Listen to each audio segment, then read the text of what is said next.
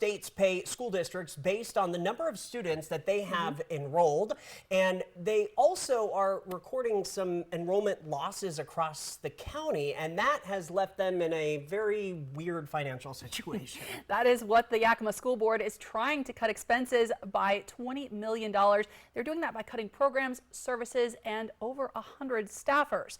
Apple Valley News Now's Emily Goodell tells us 42% of those people are represented by the Yakima Education Association. Union leaders tell me some position cuts couldn't have been avoided, but they believe had the district taken action sooner, they might be having to let go fewer employees. Yakima School District enrollment peaked in the 2017 to 18 school year at 16,233 students, but dropped during the pandemic when kids switched to homeschool or private school. And all of a sudden we're missing all these students. Oh, they're going to come back. They're going to come back. And they did not.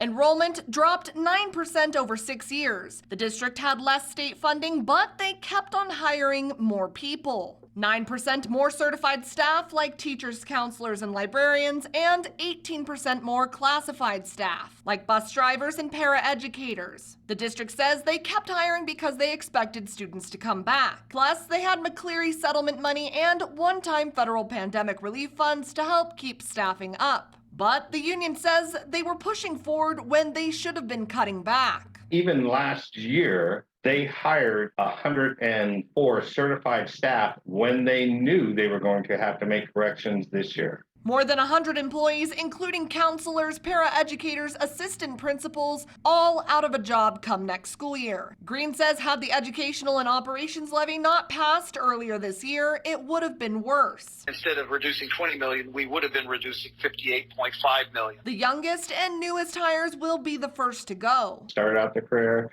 and now basically have had the rug pulled out from them, which is very scary. But not all cuts coming from the bottom. We recognize the devastating impact of what is currently happening to many individuals, but we have actually been reducing administrative staff since January. But not reducing salaries. The union says Superintendent Trevor Green is one of the highest paid superintendents in the state, making about $375,000 a year in 2023. How many beginning teachers, that could that money support if, his salary was in range even with the school districts similar in size around them? Green says the administrative budget is already down with the cut of 2 assistant superintendent positions. And when it comes to concerns about salaries or budgets, I would certainly invite anybody that has questions to participate in the school board or to reach out and schedule a meeting with me individually. The union says it gives the district credit for trying to not take teachers out of classrooms. But the union says the layoffs will still mean larger class sizes,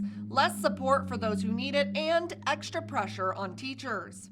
It's just going to put more stress on the system itself, which when you do that, it definitely bleeds down to affect the students in the classroom. This week, the district will be notifying those employees who are at risk of being laid off. They will be able to work up through the end of August, but as for what happens next, that's up to them. Reporting from the Yakima newsroom, Emily Goodell, Apple Valley News Now.